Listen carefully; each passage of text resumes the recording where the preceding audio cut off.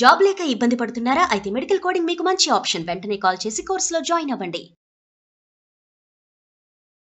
నమస్తే రమగారు. నమస్తే జయ. రమగారు, స్త్రీలు ఒక 50 ఏళ్ళు దాటిన తర్వాత ప్రతి ఒక్కరు ఎదుర్కొనే సమస్య మెనోపాజ్. ఆ సమయంలో వచ్చే ఇబ్బందులు అది ఫిజికల్గా కావచ్చు, మెంటల్గా కావచ్చు, అనేక రకాలైన ఇబ్బందులు ఉంటాయంటారు కదండి. వాటిని ఎలా ఓవర్కమ్ చేయాలి అంటే మన వ్యాపకాల్ని మార్చుకోవాలేమో అనిపిస్తుంది నాకు. అది ఎట్లా సాధ్యం? ఇప్పుడు 50 దాకా ఉండట్లేదు జయ, 40 నుంచే స్టార్ట్ అవుతుంది. 38-30 నుంచే మెనోపాజల్ సిమ్టమ్స్ వచ్చేస్తాయి. 50 దాటాక ఉండేవాళ్ళు కొంతమంది ఎప్పుడైనా కూడా పీరియడ్ అంటూ వస్తూ ఉంటే బాడీలో చాలా రకాల హార్మోన్స్ నడుస్తూ ఉంటాయి కదా, మనుషులు యంగ్గా ఎనర్జెటిక్గా కనిపిస్తారు. ఎప్పుడైతే ఇది సైకిల్ స్లో అవ్వడం కానీ లేదా క్లమ్జీగా రకరకాలుగా 20 రోజులకు వచ్చేసి 10 రోజులకు వచ్చేసి 15 రోజులకు వచ్చేసి 2 నెలలకుండా రాకుండా అలా ఉండేసరికల్లా ఒక టెన్స్ డెవలప్ అయిపోతుంది. ఆరోగ్య సమస్యలు వచ్చేస్తాయి. బాగా వెయిట్ పుటాన్ అవుతారు. సుమారుగా ఉన్న థైరాయిడ్ ఉన్నట్టుండి పైకి వెళ్ళిపోయినట్టు ఉంటుంది. ఇవి కాకుండా బ్లోటింగ్, పొట్టలో సమస్యలు వస్తాయి. తర్వాత ఏమో స్కిన్ ప్రాబ్లమ్స్ వస్తుంటాయి. అబ్బో ఎన్ని ఉన్నాయో మెనోపాజల్ సిమ్టమ్స్. ఒక్కోళ్ళకి ఒక్కో రకం. వస్తే వచ్చేసింది అనిపిస్తుంది, రాకపోతే రాలేదనిపిస్తుంది. ఎక్కడికైనా వెళ్ళాలంటే టెన్షన్, ఫ్లో ఎక్కువైపోతుంది. లేదా ఏదో డిస్మెనోరియా ఇలా బోల్డ్ పేర్లు ఉన్నాయి. అవును, నేను చదివినప్పుడల్లా అనుకుంటుంటాను, ఏమిటి డాక్టర్లు ఈ పేర్లని ఎలా గుర్తుపెట్టుకుంటారా దేవుడా. రకరకాలు. అది మనకి ఒక నిగూఢంగా అలా బాధిస్తూనే ఉంటుంది లోపల. ఈ ప్రెషర్ని అణుచుకుని ఉండటం కష్టంగా ఉంటుంది. ప్రెషర్ చాలా ఎక్కువగా అనిపిస్తుంటుంది ఒక్కొక్కసారి. ఎక్కడికైనా వెళ్ళాలంటే ముందు డేట్లు చూసుకోవాలి. 50 ఏళ్ళ దాకా కనుక పీరియడ్ వస్తే 50+ దాకా ఇంకా ఇది ఒక అడ్డంకి అనిపిస్తుంది. ఎక్కడికైనా పోనీ రావట్లేదు, ఆగటం మొదలుపెట్టింది అనుకో, ఎక్కడికి వెళ్ళాలన్నా అక్కడికి వెళ్ళాక వచ్చేస్తుందేమో అని టెన్షన్. ఏ ట్రిప్కైనా, ఏ గుడికైనా, ఏ ఎవరింటికైనా, ఏ ఫంక్షన్కైనా సడన్గా పీరియడ్ వస్తే 2 నెలలు అయింది ఇంకా రాలే, వచ్చేస్తుందేమో. ఏదో పెద్దకైనా మిస్ అయిన ఫీలింగ్లా ఉంటుంది. రాకపోతే రాలేదు, ఇంకా రాలేదు. మధ్యలో పెళ్ళిళ్ళు వస్తాయి, పేరెంటాలు వస్తాయి, ఏమిటో వస్తాయి. మనమే ఎక్కడికైనా వెళ్ళాల్సి వస్తుంది. ఆఫీస్ డ్యూటీస్ ఉంటాయి, ఆఫీస్ కాల్స్ చాలా ఉంటాయి కదా. మరి ఉద్యోగస్తులు ఎక్కువ ఉంటున్నారు ఇవాళ. దీంతో పాటుగా ఈ మిస్ అయిపోతున్న భావన ఒకటి ఉంటుంది. దాంతోపాటు హాట్ ఫ్లెషెస్, శరీరంలో వచ్చే రకరకాల మార్పులు, బాడీ సాగ్ అయిపోయిన ఫీలింగు, హెయిర్ ఫాల్ వచ్చేస్తుంది. రకరకాలుగా హార్మోన్ బ్యాలెన్స్ తప్పిపోతూ ఉంటుంది కదా. లో కాల్షియం అయిపోతుంది, కాళ్ళ నొప్పులు, వేళ్ళ నొప్పులు, నిద్ర పట్టదు, మెలకు వచ్చేస్తుంది, హాట్ ఫ్లెషెస్ తోటి తోచదు. ఈ పరిస్థితిలో వీళ్ళు చచ్చిపోతుంటారు పక్కన ఆడవాళ్ళు.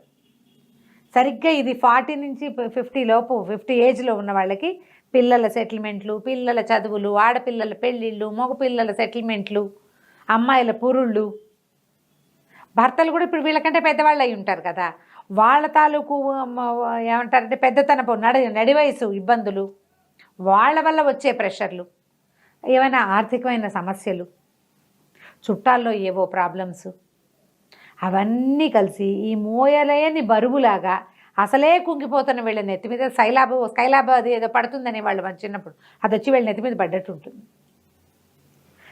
దీన్ని బ్యాలెన్స్ చేసుకోవడం ఎంత కష్టమో.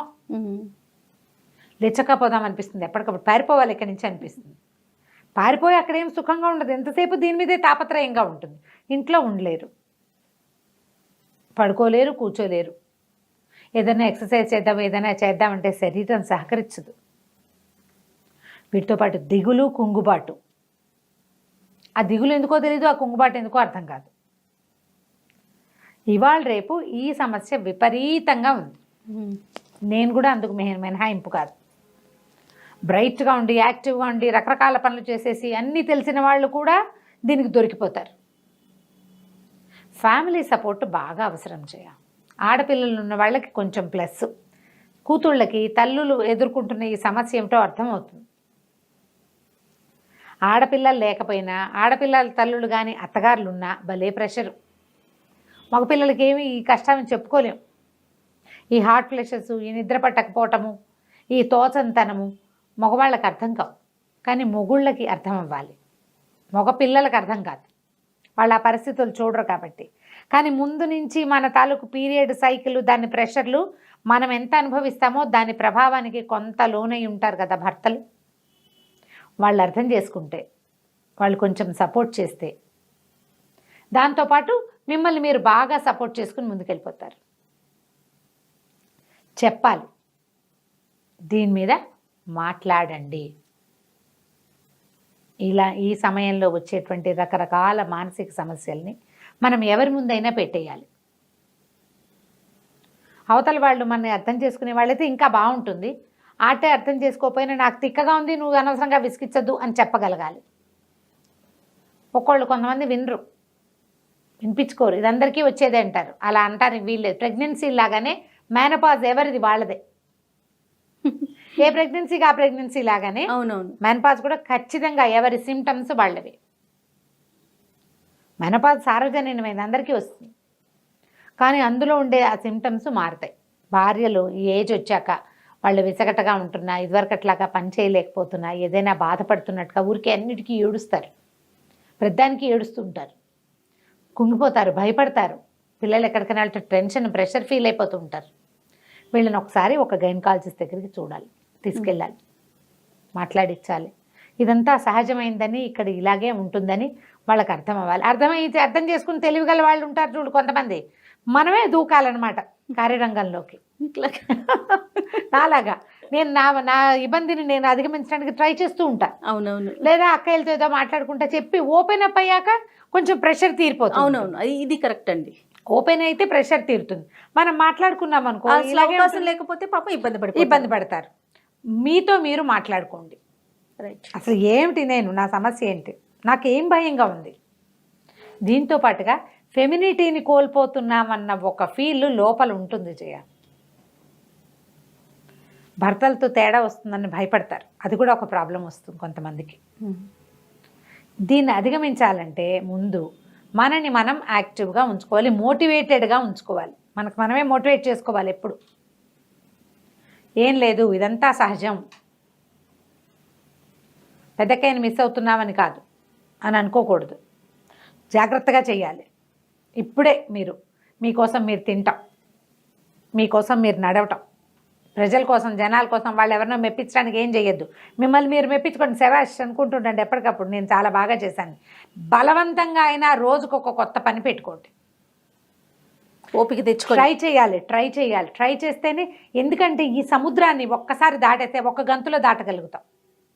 లేకపోతే ఇది నెవర్ ఎండింగ్ ప్రాసెస్, అట్లా పొంగుతూనే ఉంటుంది. మీరు ఎప్పటికీ ఒక క్రిప్పుల్లాగా, పనికి మాలిన వాళ్ళలాగా మిగిలిపోతారు. అనారోగ్యం మిమ్మల్ని కుంగదీసేస్తుంది, వృద్ధాప్యం మిమ్మల్ని లాగేసుకుంటుంది, అందులోకి కూరుకుపోతారు. బురద అది, అందులోకి అడుగు పెట్టద్దు. ఆ బురదని తెలివిగా దాటేసేయండి.